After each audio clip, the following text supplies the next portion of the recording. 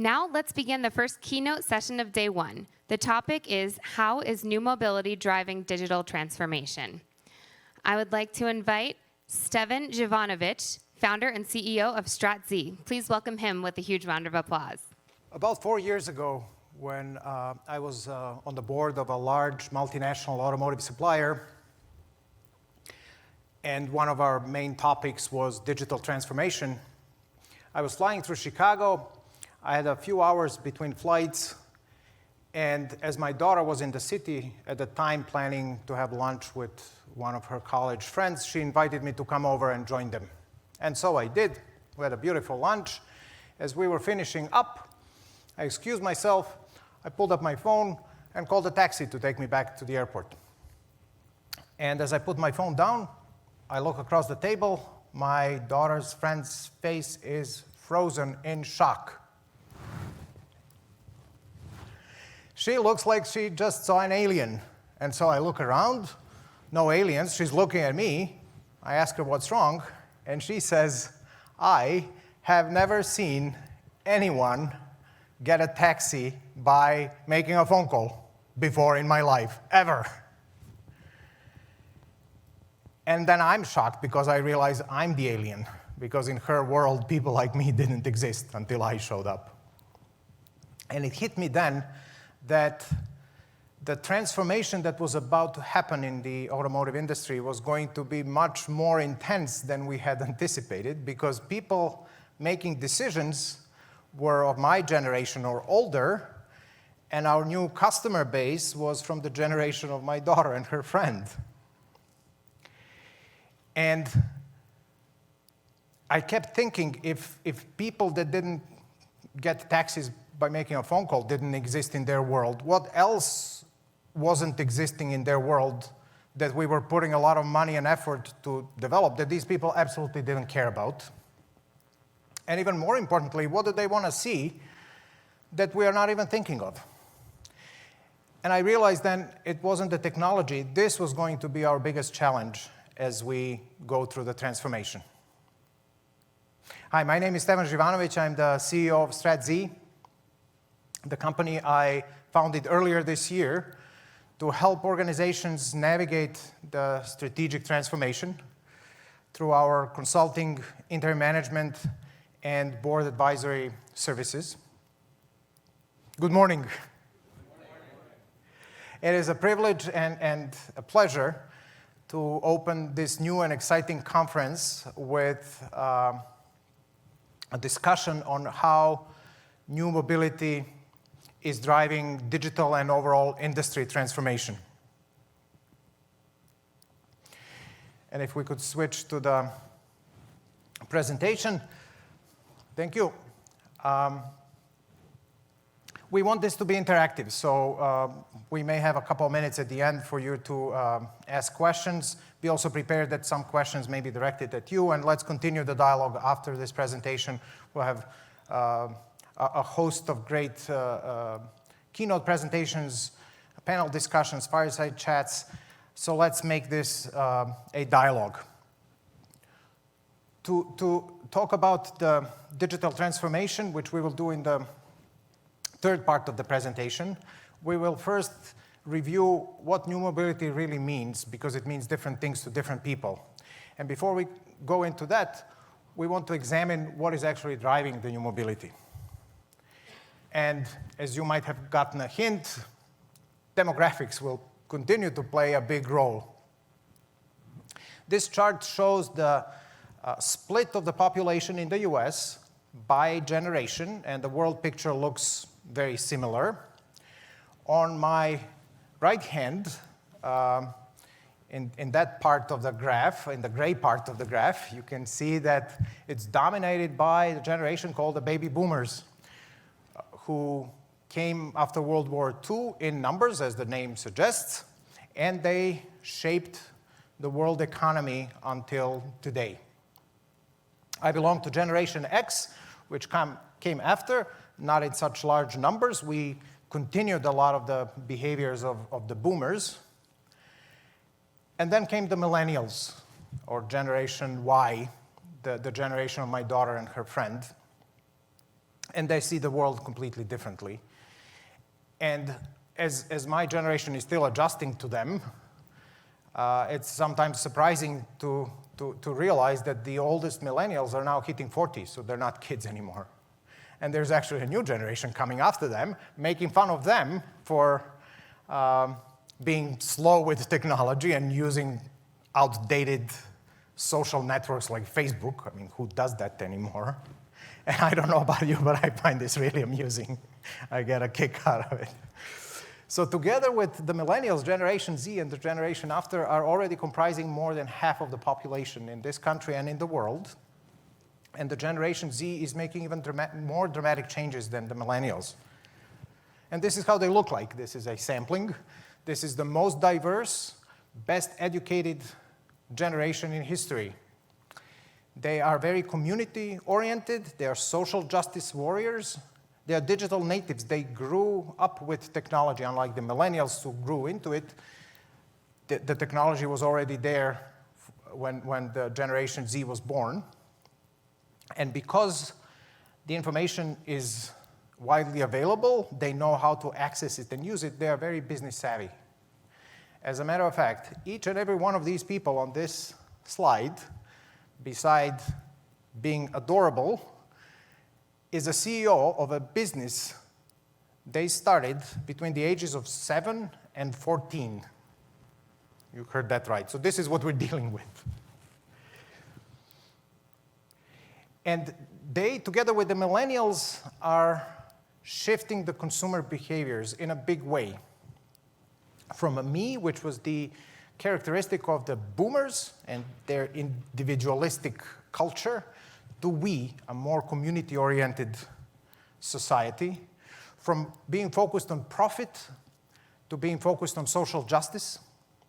From buying products that are convenient to buying products that are sustainable.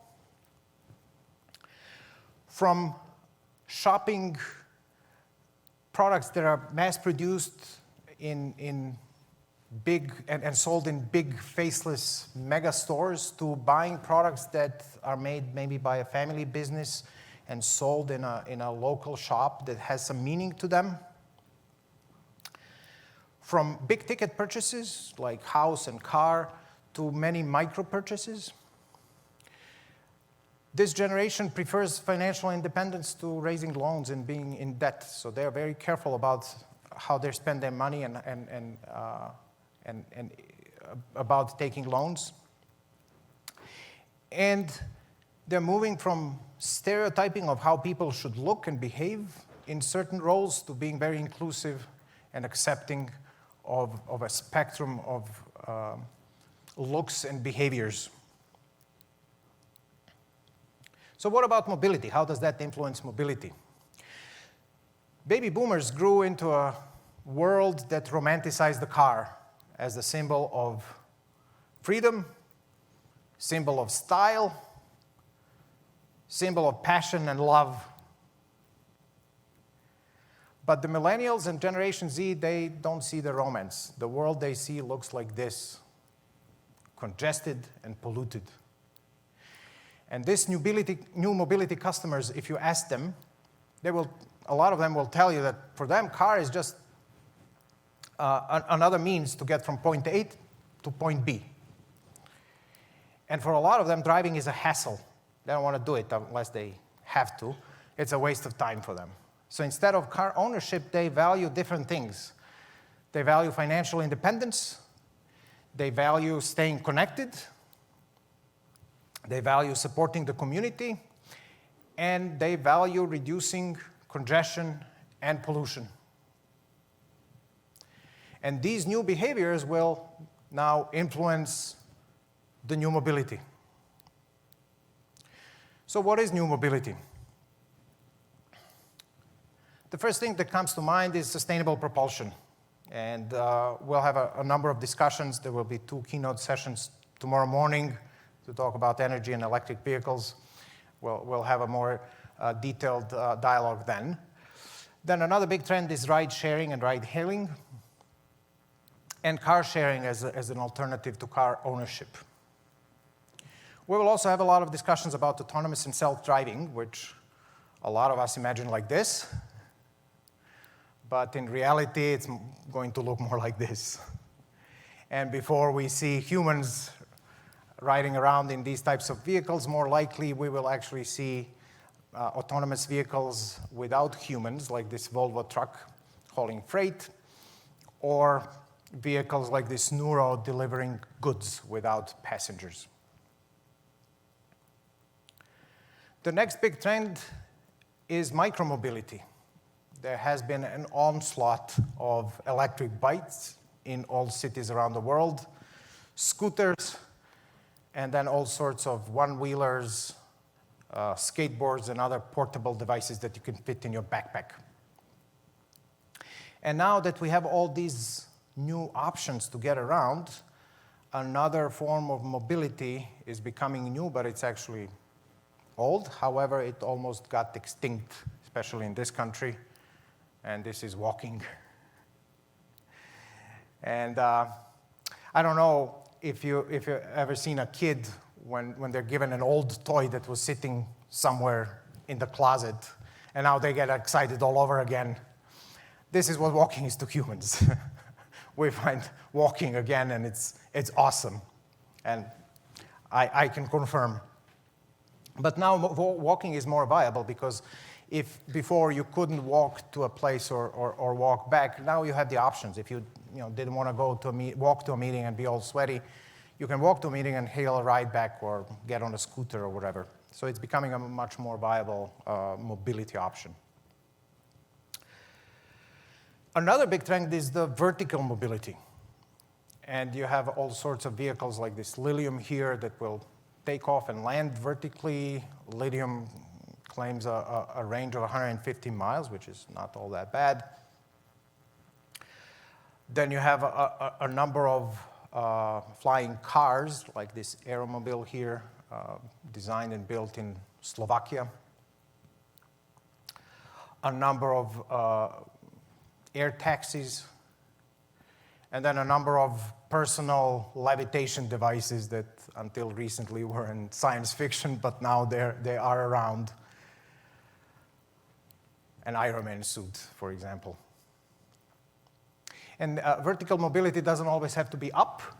It can also be down. There's a Chicago startup that is developing an amphibious autonomous vehicle that can drive like a car on the surface, but it can also dive underwater and explore like a submarine. The long distance travel is also changing. This is just one example. There are others. And finally, there is a form of mobility that has really been brought to attention with COVID, and this is virtual mobility. So we have found that a lot of us can do work from home. We don't need to go to the office anymore. We can buy our stuff and have it delivered at home. So if we don't need to commute to the office or go grocery shopping, then maybe we don't need the car as much as before. This also means that the office could be anywhere. So there's an increasing number of digital nomads that go from country to country and do their work there. Okay. We're back. So all these new forms of mobility are driving now the digital transformation. And the first phenomenon that we see is the connectivity. So all these different modes of transportation will be talking to each other, and they will be talking to their environment, to other things around them, to smart cities, energy infrastructures. They will be talking to the cloud. They will be connected to social media, weather, traffic, health, and fitness. And this is giving rise to a number of opportunities. Vehicle manufacturers are investing a lot in autonomous driving or flying, and again, we'll have more detailed discussions later today. The stepping stone to autonomous driving is predictive safety, where companies are investing a lot of money and effort. And the OEMs are still trying to figure out how to monetize on mobility services and connected vehicle. Asset tracking for fleets is one such way, but I think they're still figuring it out. And then augmented reality is becoming more and more important for them. The suppliers see a lot of opportunity in software, so they are trying to standardize the middleware, and they're both offering cloud services and edge computing, because what we are finding is that sometimes the cloud latency is too much. Decisions need to be made where the data is collected and that where data needs to be actuated on. So there's more and more edge computing taking place. The components that are supplied by automotive suppliers are also becoming smarter. Sensors and actuators are becoming smarter, and there's more of them. And this is now fueling all sorts of tech companies that are enhancing the mobility services, and they are enhancing data analytics, creating things like digital twins, and using artificial intelligence for predictive maintenance and predictive safety. Then we have a number of retail and service providers, and this is going through a transformation as well. A big trend is mobility as a service, and we'll talk a little bit more about that. COVID has shown us that we can buy virtually everything online and have it delivered to our homes, and this is including cars and other vehicles, and this is opening all sorts of opportunities, so I'm excited to see Castro's presentation on day 3 regarding this topic, and there will be a presentation about automotive retail right after this one. There's a lot of activity in fleet management, supply chain management, asset management in general, and data analytics is also transforming the insurance industry. Now, most insurance companies will give you discounts if you allow them to have a device planted in your car that will monitor your driving behaviors, and based on how good you drive in their eyes, you get better or worse rates.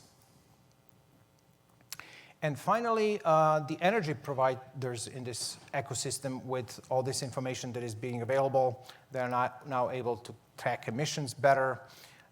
They're able to plan charging networks. They're able to give better dynamic pricing and manage energy storage. And we'll have some more discussion about energy tomorrow morning. So let's look at the evolution of the mobility as a service as an example of the transformation that is taking place. These are snapshots from Google Apps, and for those of you from my generation, you may remember in the mid-90s, the map services came about, and back then they would give you driving directions from point A to point B, initially only in the cities, then you could go across the country, and that was great. That has evolved into the apps on smartphones and evolved further with availability of public transportation, ride-hailing. Now you can see where the electric bikes are placed in the city so that you can take part of your trip on the bike. But there's a number of companies that are taking the concept much further. An example of them is a company called Whim from Finland that is offering a comprehensive mobility as a service subscription plan where you pay a monthly subscription, and then you have all these different modes of transportation available to you, including taxis, ride-hailing, scooters, et cetera, et cetera. Another interesting company is called Immense. This is a UK-based company. They are now offering mobility as a service, but they're providing analytics and simulations for fleet and infrastructure operators so that they can optimize their assets. And yet another example is a company called Mobilio, which is taking the concept of mobility as a service beyond the cities. You can, through them, book your city-to-city or country-to-country travel, including air travel. And in one place, you have everything for business travel: planning, booking, billing, reimbursement. And there's literally several hundred companies like this that offer similar products and are exploring this space. So what can we see in the future of mobility as a service? We can expect that we'll be able to optimize our trips dynamically, utilizing all these different modes of transportation from a single point, and pick the right selection for us based on what we want that day. Do we want to optimize the cost or the time or calorie burn or emissions, or weather conditions and pollution conditions in the city we are moving through. This digital transformation is giving rise to another phenomenon. And it's quite interesting. So now a lot of car companies want to build flying vehicles, and most car companies have announced that they want to become software companies, on one hand. On the other hand, software and online retail companies are building cars, and everybody wants to go to Mars. So that means that the traditional lines of operation are blurring, and companies are encroaching on each other's space, but they're also finding that they don't have the internal capability to execute all these tasks that they have. They don't have the internal competence. And so there are a number of partnerships being formed across the industry. Microsoft with GM, FCA is partnering with another company to build commercial vehicles, Volvo and DFDS cooperating on electric supply chain, Fiat Chrysler partnering with a flying car startup, and Ford partnering with Google. So we will see more and more of these types of previously unusual partnerships that will continue to transform the industry. However, the biggest transformation will continue to be in the way we think, which means pushing the boundaries beyond what we previously thought was within our realm of responsibility or what we thought was possible. Being able to think and act strategically and adapt quickly, because the world is changing with an enormous speed. COVID was just one thing that happened to us in the past years, but there are many. So the ability to adapt quickly is going to be key.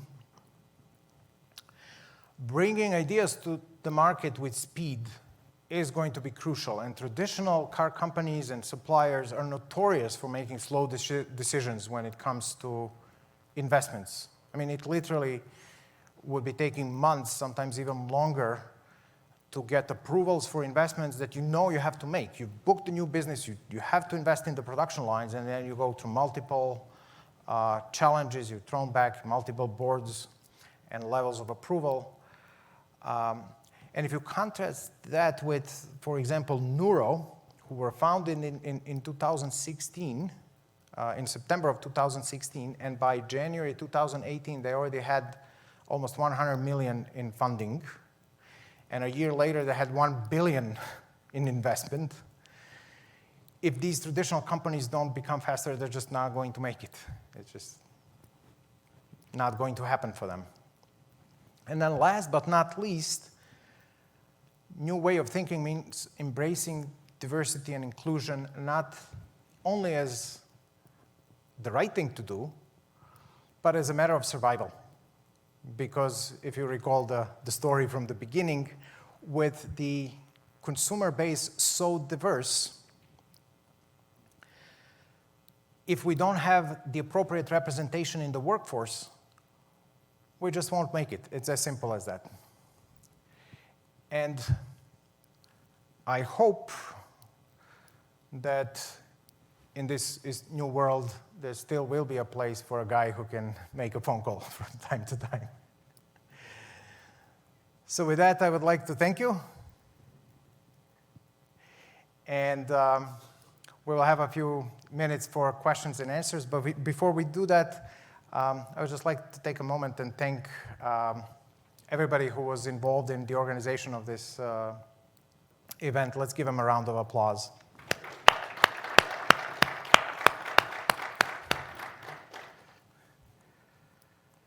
All right, so we have a couple minutes for questions, and also feel free to reach out to me afterwards if we don't have time for your question, and we can continue the dialogue. Yes, sir, please.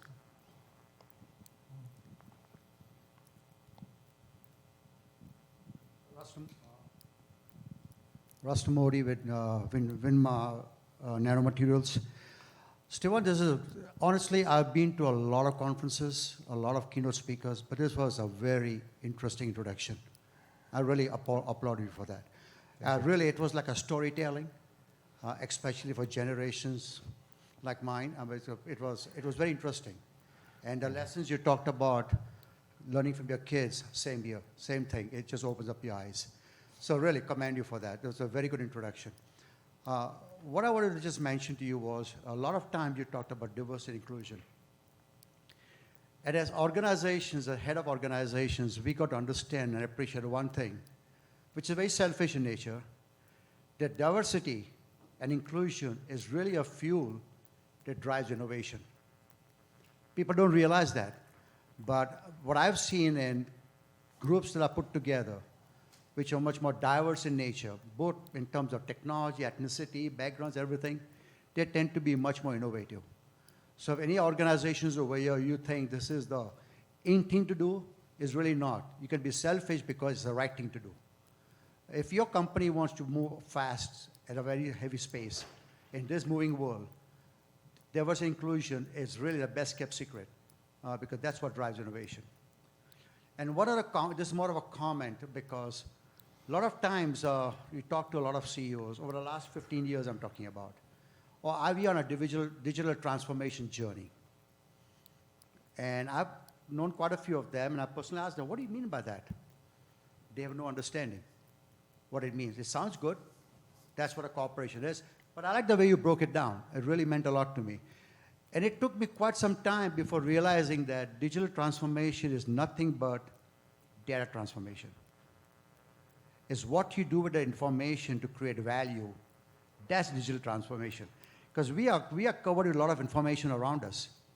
What we do with that information to create value, that's digital transformation. So for most of the people in the audience, when you hear this term digital transformation, it's nothing but data transformation.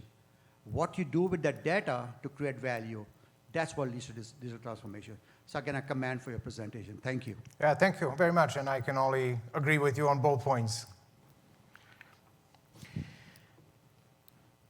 Maybe one more question, and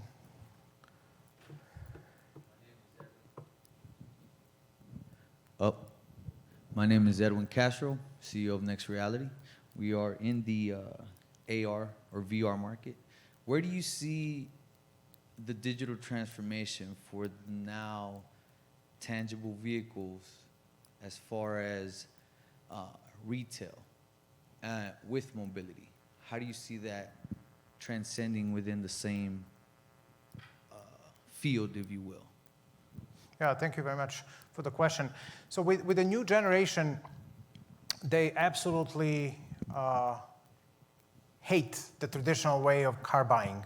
So they will, because they are so tech and financially astute, they will do their research before they come to the dealership. Ideally, they wouldn't even come to the dealership. So if there was a way for them to test out and buy the car without even setting foot in the dealership, that's what they would do. And I think that's where the retail industry is going to go. But I think this is a very good segue into the next presentation, because I think we will learn a little bit more about that. And I'm excited to also hear your presentation on day 3. Well, with that, thank you very much. And I think we need to close this one and move to the next presenter. Thank you.